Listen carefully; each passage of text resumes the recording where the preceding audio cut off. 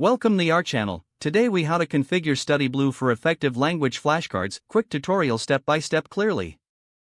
Start by visiting the StudyBlue website or opening the mobile app. Log in to your StudyBlue account using your credentials.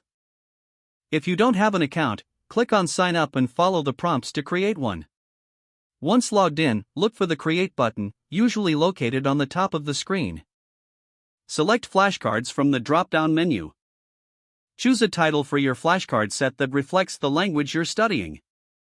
Next, set the language for both the front and back of the cards. Begin adding your flashcards by clicking on Add a Card. On the front side, write the vocabulary word or phrase you want to learn. On the back side, enter the translation or definition of the term. You can enhance your flashcards by adding images or audio clips for better retention.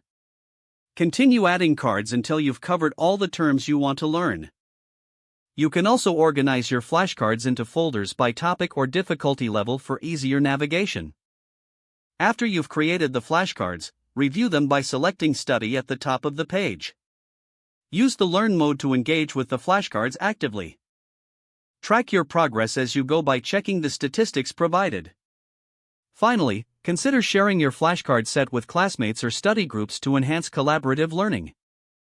This concludes your quick tutorial on configuring StudyBlue for effective language flashcards. If the page does not load, refresh the browser or try again in a private or incognito window. Make sure you are using the correct email address, then retype it carefully to avoid small typos.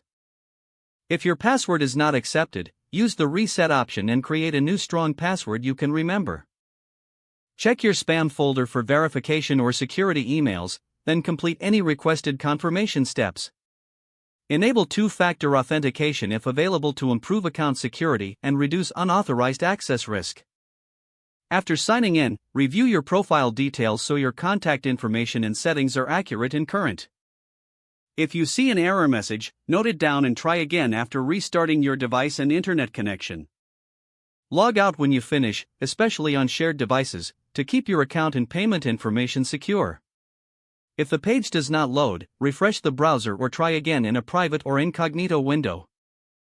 Make sure you are using the correct email address, then retype it carefully to avoid small typos. If your password is not accepted, use the Reset option and create a new strong password you can remember. Don't forget to like this video and subscribe to our channel for more step-by-step tech guides.